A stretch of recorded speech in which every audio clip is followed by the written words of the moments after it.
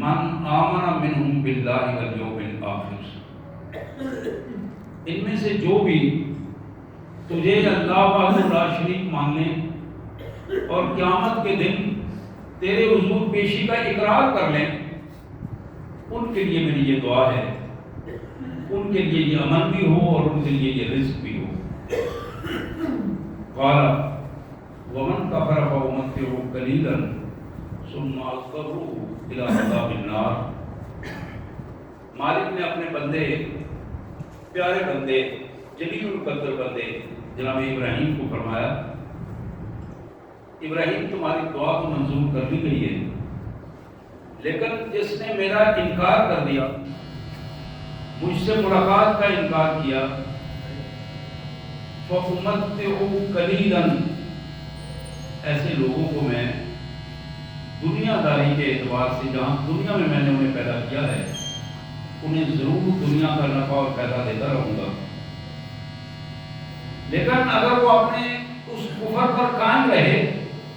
ثم اضطروا الى عذاب النار، تو پھر بالآخر وہی لوگ جنہیں میں آگ کے عذاب میں چھونک دوں گا اور وہ اپنے اس کیے کی سزا پائیں گے۔ وبئس المصیر، حقیقت میں یہ بہت ہی برا ٹھکانہ ہے جو انہیں میسر ہوگا اپنی کرتوتوں کے بدلے میں۔ وَإِذْ يَرْفَعُ إِبْرَاهِيمُ الْقَوَاعِدَ مِنَ الْبَيْتِ وَإِسْمَاعِيلُ، اور ذرا دوسرا منظر دیکھو، ابراہیم اور ان کا بیٹا اسماعیل دونوں جب اللہ کے گھر کی بنیادوں کو اس کی حقیقی بنیادوں پر اٹھا رہے تھے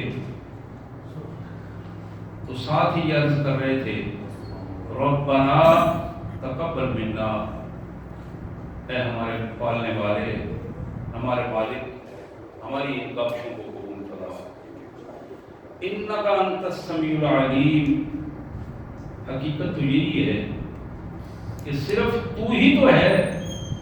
جو سب کچھ سن بھی رہا ہے اور سب کچھ جانتا بھی ہے۔ ربنا، اے ہمارے پروردگار، اے ہمارے مالک، وجعلنا مسلمین لک، ہمیں اپنا فرما بردار بنا لے، اپنے اطاعت گزار بندوں میں سے نکلے۔ الہ العالمین، ہم تیرے ریکارڈ میں تیرے فرما بردار بندے بننا چاہتے ہیں۔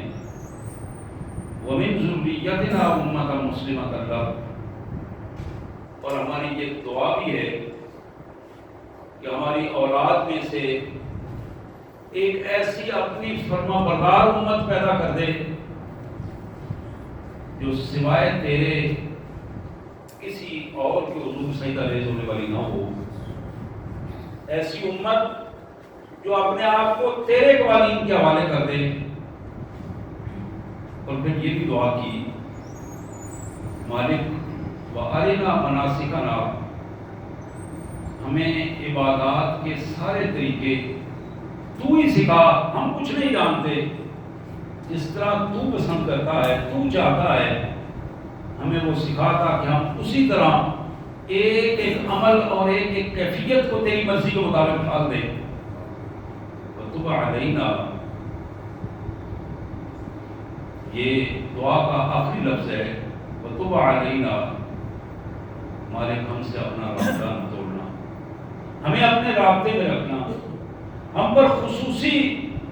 رجوع فرمانا، ہماری توبہ طائب کو قبول فرمانا۔ مالک ہم چاہتے ہیں کہ ہم آپ سے رابطے میں رہیں، ہم سے رابطہ نہ توڑنا۔ انک انت التواب الرحیم، بے شک تو ہی تو ہے جو بار بار توبہ قبول کرنے والا، اپنی رحمتوں کو لٹانے والا، اپنے بندوں پر مہربانی اور شفقتوں کو عام کرنے والا ہے۔ سبحان اللہ وبحمدہ، سبحان اللہ العظیم وبحمدہ، نستغفر اللہ، وصلی اللہ علی النبی وعلی آلہ واصحابہ وازواجہ وبناتہ وبارک وسلم۔ حضرت یہ آیات جو پہلے پارے میں سورہ البقرہ کی آیات 125 سے 128 تک، جن کا مفہوم اور ترجمانی کے انداز میں نے ترجمہ آپ کے سامنے رکھا ہے، آج ذیقعد کے آخری لمحات ہیں جو گزر رہے ہیں، 22 ذیقعد ہے، اور میرے اور آپ کے پیارے آقا صلی اللہ علیہ وآلہ وسلم کو ہجرت کیے ہوئے 1440 سال بیت چکے ہیں۔ آج 1440 سال بعد ہم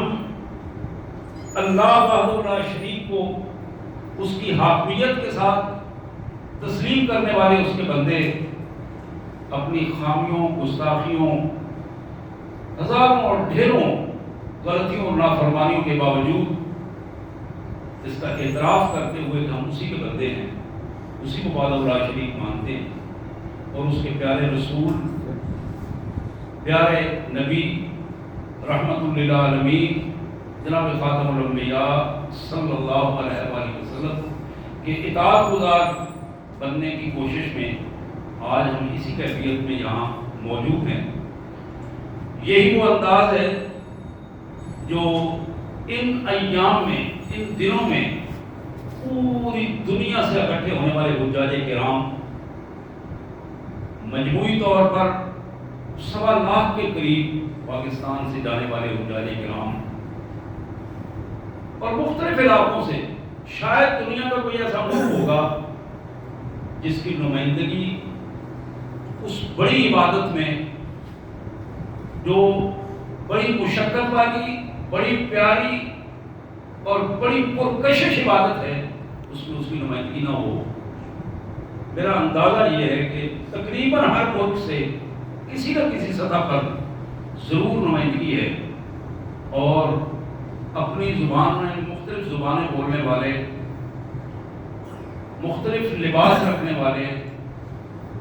مختلف کلچر، مختلف سوسائٹیوں کے نمائندے، مختلف کمیونٹیز کے رہبر اور ان کو ماننے والے ایک ہی انداز میں، ایک رنگ میں، ایک نعرے کے ساتھ آج اپنے مالک کی حضور اس بات کا داعیہ پیش کرتے ہوئے جا رہے ہیں، مالک ہم حاضر ہیں۔ میں پڑھ رہا تھا ایک آدمی کے بارے میں کہ جیسے یہ پوچھا گیا کہ تم نے حج کا ٹکٹ تو لے لیا ہے، تمہیں تو آتا ہی کچھ نہیں ہے، تلبیہ بھی نہیں آتا، تلبیہ بھی نہیں آتا، وہ الفاظ بھی درست ادا نہیں کر سکتے ہو، تو کیا کرو گے وہاں جا کر؟ تو بڑے اطمینان سے اس نے جواب دیا، جس کے ہاں جا رہا ہوں وہ خود ہی مجھے سکھا دے گا۔ میں تو کوشش کر رہا ہوں لیکن نہیں آ رہا، جس کے ہاں جا رہا ہوں وہ خود ہی سکھا دے گا۔ اس کے ساتھ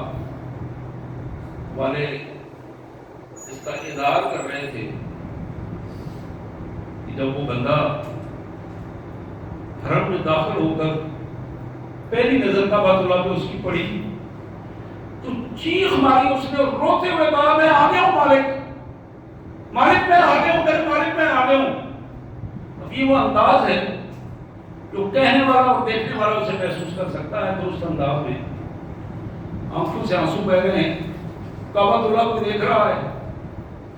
لبیک اس کی زبان پہ نہیں آیا بولنا صحیح، لیکن اس نے اس کا اظہار کر دیا ہے کہ مالک تیرا گناہگار بندہ تیرے حضور آ گیا ہے، الہی عبدک العاصی اتاکا مقرم بالذنوب وقد دعاکا، مالک الملک اب میں تو اپنے گناہوں سمیت آ گیا ہوں۔ آج یہی وہ اظہار ہے جس اظہار کے لیے پوری دنیا سے نمائندگی کرتے ہوئے اپنے مالک کے دربار میں اس کے حضور اکٹھے ہونے والے اکٹھے ہو رہے ہیں۔ اور بالآخر میں نے پچھلے جمعہ کو مبارک عرض کیا تھا کہ یہی وہ دن تھے جب میرے پیارے آقا صلی اللہ علیہ وسلم 1.5 لاکھ افراد کے ساتھ مدینہ طیبہ سے چل کر انہیں دنوں میں سفر میں تھے، اور پھر بالآخر ایک موقع آیا کہ 4 ذی الحج کو آپ مکہ مکرمہ میں داخل ہوئے، تو یہ وہ رنگ، اس کی کیفیت حدیث مبارک میں اللہ کے رسول صلی اللہ علیہ وسلم نے کس انداز میں بیان فرمائی ہے، آئیے اس کیفیت کو بھی دیکھتے ہیں۔ صحیح ابن حبان کی یہ روایت جو جناب ابو ہریرہ رضی اللہ تعالیٰ عنہ کے حوالے سے ہے، میرے آقا صلی اللہ علیہ وسلم سے پوچھا گیا افضل الاعمال عند اللہ، اللہ کے رسول صلی اللہ علیہ وسلم ارشاد فرمائیے اللہ کے ہاں اعمال میں سب سے افضل عمل کون سا ہے؟ آپ نے فرمایا ایمان لا شک فی، غیر متزلزل ایمان، اس چیز کا اظہار، اشہد ان لا الہ الا اللہ وحدہ لا شریک لہ واشہد ان محمدا عبدہ ورسولہ، غیر متزلزل ایمان۔ پھر فرمایا وغزو لا غلول فی، ایسا جہادی مارکا، ایسی جنگ جو اللہ کی رضا کے لیے لڑی جائے اور اس میں ذرہ برابر بھی اللہ کی رضا کے علاوہ کسی قسم کا کوئی دھوکہ،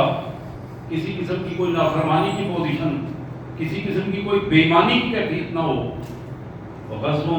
لا غلول فی۔ پھر فرمایا وحج المبرور، اور وہ حج جو اللہ کے قانون کے مطابق کی جائے اور اللہ کے حضور ایک مقبول حج کی کیفیت اختیار کر جائے۔ پھر آخر میں ایک جملہ ارشاد فرمایا وحجۃ مبرورۃ تکفر خطایاها سنہ، ایک دفعہ کا حج مبرور 1 سال کے گناہوں کو ختم کر دیتا ہے، پچھلے 1 سال کے گناہ اللہ تبارک و تعالیٰ اس کو معاف کر دیتے ہیں۔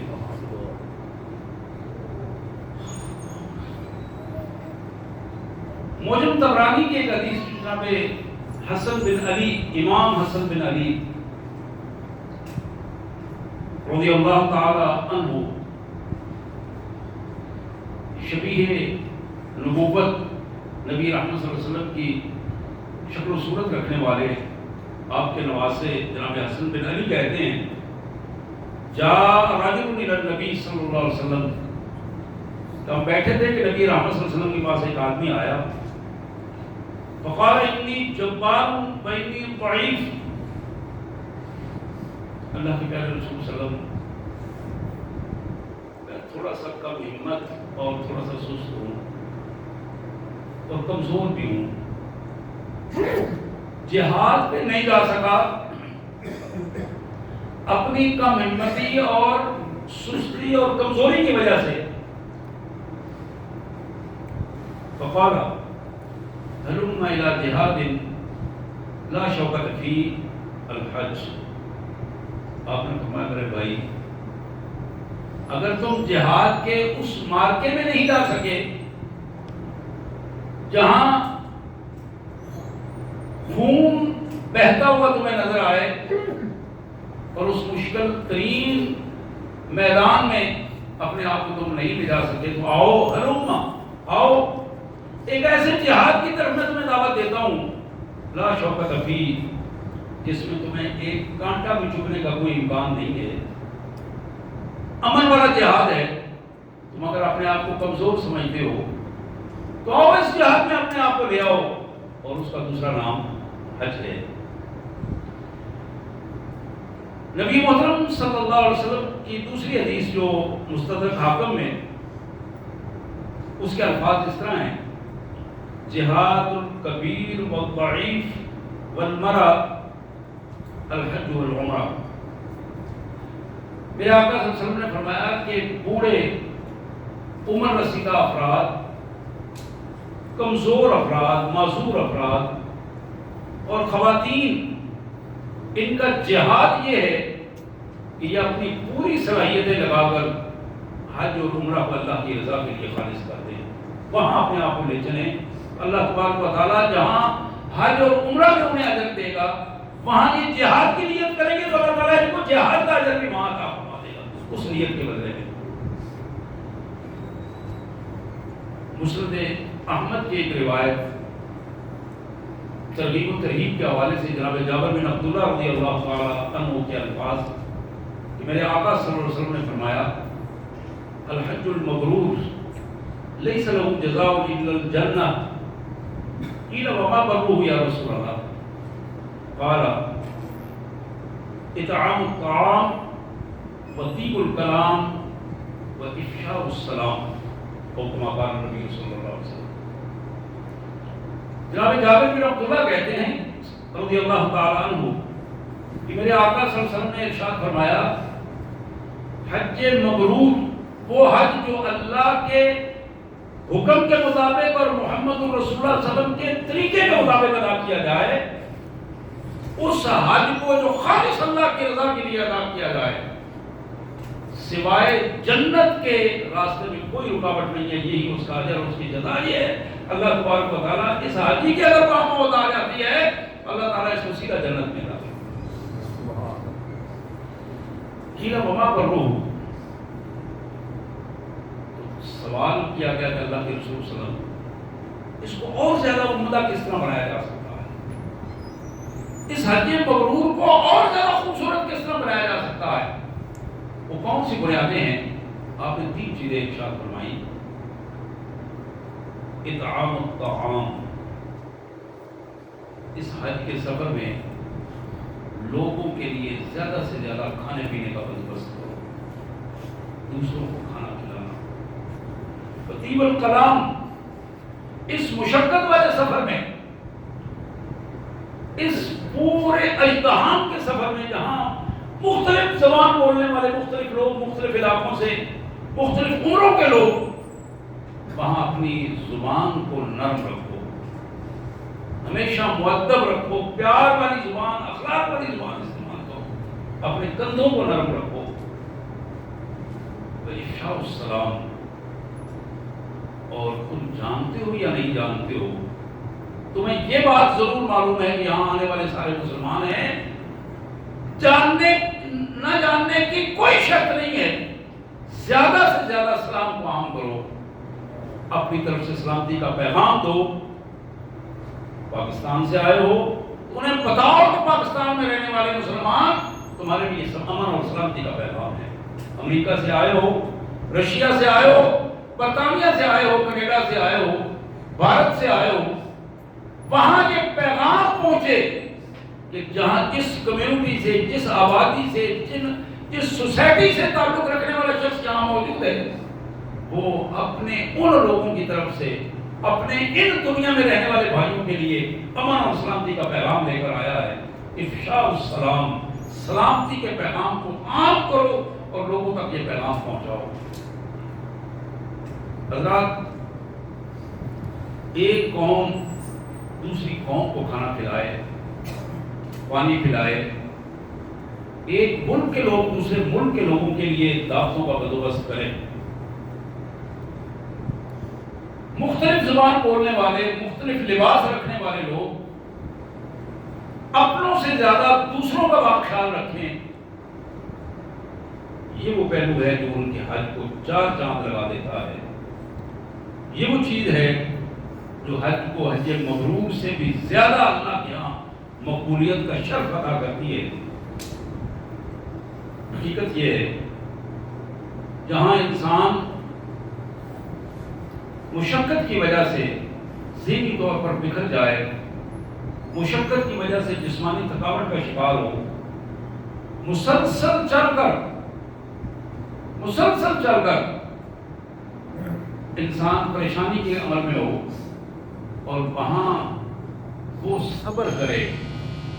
کسی کی سخت بات کے جواب میں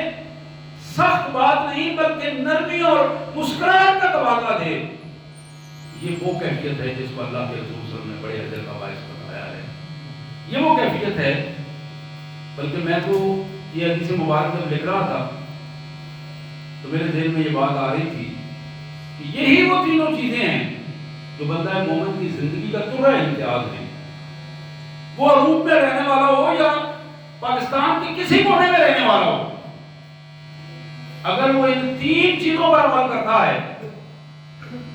اپنا ذاتی مال لگا کر اللہ کی رضا کے لیے دوسروں کے لیے کھانے پینے کا بندوبست کرتا ہے، دوسروں کی سختی کو برداشت کر کے نرم زبان استعمال کرتا ہے، سلامتی کا پیغام پیش کرتا ہے، اچھی زبان اور اچھا رویہ اور اچھے اخلاق کا وہ داعی بن جاتا ہے، اور پھر جہاں جاتا ہے اس کا پہلا کلام السلام علیکم ورحمۃ اللہ وبرکاتہ، یہ وہ اس کی پہچان بن جاتی ہے. یہ چیز تو انسانی معاشروں میں مسلمان بندے کا یہ پیغام حقیقت میں لوگوں کے لیے سلامتی کا پیغام ہے، حقیقت میں لوگوں کے لیے اسلام کی یہ وہ دعوت ہے جو عملی زندگی میں اس کے لیے ایک بہترین رہنمائی فراہم کرتی ہے. میرے پیارے آقا صلی اللہ علیہ وآلہ وسلم کا یہ فرمان جو جامعہ ترمذی میں جناب عبداللہ بن عمر رضی اللہ تعالیٰ عنہما کے حوالے سے، اب ذرا غور کیجیے ان الفاظ پر. میرے آقا صلی اللہ علیہ وسلم نے فرمایا تابعوا بین الحج والعمرہ، حج اور عمرے کو ایک دوسرے کے پیچھے لگاتار کرتے رہو. حج کیا ہے عمرہ کر لو، عمرہ کیا ہے پھر حج کر لو، جب جیسے جیسے موقع ملتا ہے اس سلسلے سے پیچھے نہ ہٹو، اس لائن میں لگے رہو. جو موقع ملتا ہے وہ تمہاری طرف، تمہاری خواہش اور تمہاری کوششیں اس حوالے سے مسلسل رہیں کہ میں جا رہا ہوں مرکز میں، میں اپنے مالک کے حضور جا رہا ہوں، میں تو اس سرزمین میں جا رہا ہوں جو ہماری سرزمین ہے. اصل میں مسلمانوں کی سرزمین تو وہی ہے، اصل میں ہمارا مرکز تو وہی ہے. جو اس مرکز سے ٹوٹ گیا، جو اس مرکز سے دور ہو گیا، حقیقتاً وہ دنیا اور آخرت دونوں سے دور ہو گیا. تو یہاں اس بات کا ایک تصور کہ ایک آدمی مسلسل حج اور عمرہ کی نیک خواہشات کے ساتھ اپنے آپ کو اس عمل میں مسلسل رکھتا ہے، تو میرے آقا صلی اللہ علیہ وسلم نے فرمایا کہ یہ کام کرتے رہو. فَإِنَّهُمَا يَنْفِيَانِ الْفَقْرَ وَالذُّنُوبَ كَمَا يَنْفِي الْكِيرُ خَبْثُ الْحَدِيدِ وَالذَّهَبُ وَالْفِضَّةُ. یہ دونوں چیزیں حج اور عمرہ یہ بندے کے جسم سے گناہوں کو اور اس کے حالات سے فقر اور محتاجی کو نکال پھینک کر دور کر دیتی ہے. بظاہر بندہ سمجھتا ہے میں پیسے لگا رہا ہوں، اللہ تعالیٰ اس کے پیسوں میں وسعت اور برکت پیدا کر دیتے ہیں. اور پھر فرمایا کہ بالکل اس طرح کہ جس طرح لوہے کو زنگ لگتا ہے اور پھر اسے سیکل کر کے زنگ کو ختم کر دیا جاتا ہے، جس طرح سونے کو صاف کیا جاتا ہے، چاندی کو صاف کیا جاتا ہے اور میل کچیل سے صاف کر کے اسے بالکل خالص بنا دیا جاتا ہے، یہی وہ کیفیت ہے. اور پھر آخری جملہ ارشاد فرمایا وَلَيْسَ لِلْحَجَّةِ الْمَبْرُورِ ثَوَابٌ إِلَّا الْجَنَّةُ. حج مبرور اس کا ثواب، اس کا اجر، اس کا بدلہ جنت سے کم نہیں ہے. جنت ہی اس کا اجر ہے، جنت ہی اس کا بدلہ ہے، جنت ہی اس کا ثواب ہے. اور میرے بھائیوں، جسے جنت مل گئی اسے سب کچھ مل گیا، کوئی چیز پھر باقی نہیں رہی. اس دور میں جنت کے حقیقی تصور کو دھندلا دیا گیا ہے، مذاق کا رنگ دے دیا گیا. ہمارے شاعروں نے، ہمارے لکھنے والوں نے اپنی بیوقوفیوں اور کم علمیوں کی وجہ سے، قرآن اور سنت کا صحیح مطالعہ نہ کرنے کی وجہ سے اور جہالت میں ڈوب کر اس میں تبصرے لکھے ہیں. لیکن حقیقت یہ ہے، میرے پیارے آقا صلی اللہ علیہ وسلم کا فرمان ہے موضوع صوت فی الجنہ خیر من الدنیا وما فیہا. جنت میں ایک کوڑا رکھنے کی جگہ، ایک پاؤں ٹکانے کی جگہ اگر کسی کو مل گئی تو دنیا بھر کی نعمتوں اور دنیا بھر کے ساز و سامان سے وہ بہتر ہے.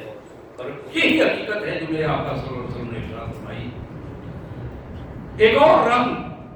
جو مسند بازار میں جناب ابو موسیٰ رضی اللہ تعالیٰ کی روایت میں ہمارے سامنے آتا ہے، نبی محترم صلی اللہ علیہ وسلم نے فرمایا الحاج یشفع فی اربع مئات من اہل البیت او قال من اہل بیتہ ویخرج من ذنوبہ کیوم ولدت امہ او کما قال نبی صلی اللہ علیہ وسلم. میرے آقا صلی اللہ علیہ وسلم کا یہ فرمان کہ وہ حاجی جو اللہ کی رضا کے لیے گیا، ایک ایک لمحہ محتاط ہو کہ اس نے اللہ کی رضا اور رسول کے طریقے کے مطابق حج کیا، یہ وہ بندہ ہے جب اس حالت سے واپس آئے گا کل قیامت کے دن اللہ تبارک و تعالی 400 خاندانوں کے بارے میں اس کی شفاعت قبول فرمائے گا. اس کو یہ اجازت دی جائے گی کہ 400 خاندانوں کے حوالے سے تم شفاعت کر سکتے ہو. اگر غور کیجیے، فرد نہیں، خاندان، اپنی فیملی کے 400 خاندان ہوں یا دوسرے خاندان ہوں، اللہ تبارک و تعالیٰ اس کو اجازت دیں گے اور اس کی اپنی حالت یہ ہوگی وَيَخْرُجُ مِنْ ذُنُوبِهِ، اس کے گناہ اس کو چھوڑ کر اتنی دور چلے جائیں گے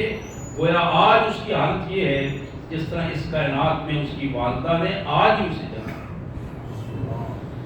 سبحان اللہ و بحمدہ سبحان اللہ العظیم. ایک تیسرا رنگ جو صحیح ابن خزیمہ میں جناب عبداللہ بن عباس رضی اللہ تعالیٰ عنہ کی روایت میں بڑی کمال کی روایت ہے، یہ ترغیب و ترہیب کے حوالے سے یہ صحیح ابن خزیمہ کی یہ روایت، ان آدم علیہ السلام اتى البیت الف آتیۃ لم یرکب قط فیہن من الہند علی رجلین. جناب آدم علیہ السلام ہندوستان سے کعبۃ اللہ تک 101,000 دفعہ پیدل چل کے انہوں نے یہ سفر کیا ہے حج کرنے کے لیے. آدم علیہ السلام یہ گویا ہر سال کو جاتے رہے، تقریباً 1000 سال سے زیادہ عمر تھی ان کی. ہر سال پیدل چل کے ہندوستان سے کعبۃ اللہ میں جا کے حج کی اور پھر فرمایا لم یرکب قط فیہن، اس 1000 دفعہ کے سفر میں ایک دفعہ بھی انہوں نے سواری استعمال نہیں کی، ایک دفعہ بھی سواری استعمال نہیں کی. بیٹھ دوسری حدیث پڑھ رہا تھا، میرے آقا صلی اللہ علیہ وسلم نے فرمایا جو شخص مکہ مکرمہ سے لے کر میدان حج یعنی میدان عرفات تک پیدل جاتا ہے، پیدل واپس آتا ہے، ہر قدم کے بدلے اللہ تعالیٰ اس کو 700 نیکیاں عطا فرماتے ہیں. ایک ایک قدم اٹھاتا جاتا ہے، ہر قدم کے بدلے 700 نیکیاں جو ہے اس کو، بلکہ اس سے بھی زیادہ کائنات کے مالک کی رحمت ہے جو عطا کرتے ہیں. حضرات ایک اور رنگ جو سنن نسائی، سنن ابن ماجہ، جناب ابو ہریرہ رضی اللہ عنہ کی روایت، میرے آقا صلی اللہ علیہ وسلم نے فرمایا الحاج والعمار، الحاج والعمار، حج اور عمرہ کرنے والے لوگ، وفد اللہ، یہ اللہ کا وفد ہے، اللہ کا قافلہ ہے، اللہ کی رضا کے لیے یہ گھر سے نکلے ہیں. یہ بڑے محترم لوگ ہیں، بڑے قابل احترام ہیں. ان دعوه اجابهم وان استغفروه غفر لهم. ان میں سے اگر کوئی شخص کسی دوسرے فرد کے لیے دعا کرتا ہے اللہ تبارک و تعالیٰ اس کی دعا قبول فرماتے ہیں. یہ جو قافلہ جا رہا ہے نا اللہ کی رضا کے لیے، حاجیوں کا قافلہ، عمرے کا قافلہ، عمرے والوں کا قافلہ جو خالصتاً اللہ کی رضا کے لیے، آج تو بہت بڑا مسئلہ بن گیا ہے وہ ریاکاری کا مسئلہ ہے جس نے ہماری عبادات کو تباہ کر دیا ہے. میں نے وہ حدیث مبارکہ آپ کو سنائی تھی کہ جناب عمر رضی اللہ تعالیٰ عنہ مسجد نبوی میں تشریف لائے تو آپ نے دیکھا کہ جناب معاذ بن جبل رسول اللہ صلی اللہ علیہ وسلم کی قبر مبارک کے پاس کھڑے ہو کر رو رہے ہیں. پوچھا معاذ کیوں رو رہے ہو؟ کہا مجھے اللہ کے رسول صلی اللہ علیہ وسلم کا فرمان یاد آ گیا ہے کہ آپ نے فرمایا تھا ان یسیر الریاء شرک، معمولی سی ریاکاری بھی شرک ہے. یہ جو حج اور عمرے میں ریاکاری کی پوزیشن ہے، اس چیز نے تباہی اور بربادی بنا دی ہے اعمال کے حوالے سے. لیکن ریاکاری سے پاک اللہ کی رضا کے لیے محتاط ہو کر جس بندے نے خالصتاً اللہ کی رضا کے لیے کیا، اللہ کے رسول صلی اللہ علیہ وسلم نے فرمایا جس کے بارے میں وہ اپنے اللہ سے درخواست کرے گا، دعا کرے گا، ان دعوه تجابہم، اللہ تعالیٰ ان کی دعاؤں کو قبولیت کا شرط ادا فرمائیں گے. وَإِنِ اسْتَغْفَرُوهُ، اگر وہ کسی کی مغفرت کے لیے، گناہوں کی معافی کے لیے دعا کرے گا، غفر لہم، اللہ تعالیٰ ان کو معاف کر دیں گے، ان کے گناہوں کو معاف کر دیں گے. اسی طرح مستدرک حاکم میں جو الفاظ اسی حدیث کے آتے ہیں، یغفر للحاج وَلِمَنِ اسْتَغْفَرَ لَهُ الْحَاجِ، اللہ خود حاجیوں کو معاف کر دیتے ہیں، ان کو گناہوں سے پاک کر دیتے ہیں. اور ہر وہ شخص جس کے لیے وہ مخلص حاجی دعا کرتا ہے، اللہ تعالیٰ اس بندے کو بھی گناہوں سے پاک کر دیتے ہیں، اس کے لیے دعا منظور کرتے ہیں. حضرات، یہ رنگ اور بڑا خوبصورت رنگ میرے آقا صلی اللہ علیہ وسلم کی حدیث جو ابن عباس، عبداللہ بن عباس رضی اللہ تعالیٰ کی روایت، ترغیب و ترہیب میں فرمایا تعجلوا الى الحج یعنی الفریضہ فإن أحدكم لا يدري ما يورد له. اللہ کی بندو، حج کرنے میں لیٹ نہ کرو، جلدی کرو. آج اگر تمہیں فرصت ہے، صحت کے اعتبار سے، پیسے کے اعتبار سے فرصت ہے، تو تیزی سے اس کام کو مکمل کرو.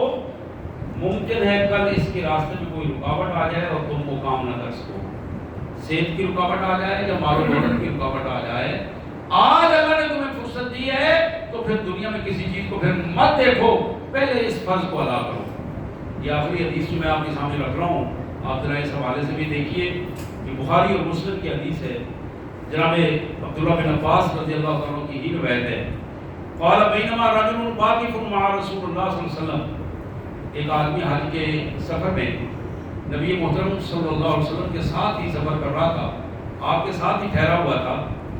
اتفاق یہ اس کی موت کا وقت آیا اور وہ فوت ہو گیا. ہم نے رسول اللہ صلی اللہ علیہ وسلم سے عرض کی، آپ نے فرمایا کہ اغسلوہ بماء وسدر، جس کو پانی اور بیری کے پتوں سے غسل دو. وکفنوہ، اس کو تکفین کرو، اس کو بسو بھی، یہ جو کپڑے اس میں 2 چادریں پہنی ہوئی ہیں انہیں میں ہی اس کو کفن دو، اور الگ کفن مت دینا، انہی چادروں میں کفن دو. ولا تخمروا راسا، اس کے سر کو مت ڈانپنا، اسی طرح اس کے سر کو خالی رکھنا اور دونوں چادروں میں اس کو کفن دینا. ولا تحنطوہ، اور اس کو کسی قسم کی خوشبو بھی نہیں لگانی، جس طرح احرام میں خوشبو نہیں لگائی جاتی. اسی طرح اس لیے فإنه يبعث يوم القيامة ملبيا،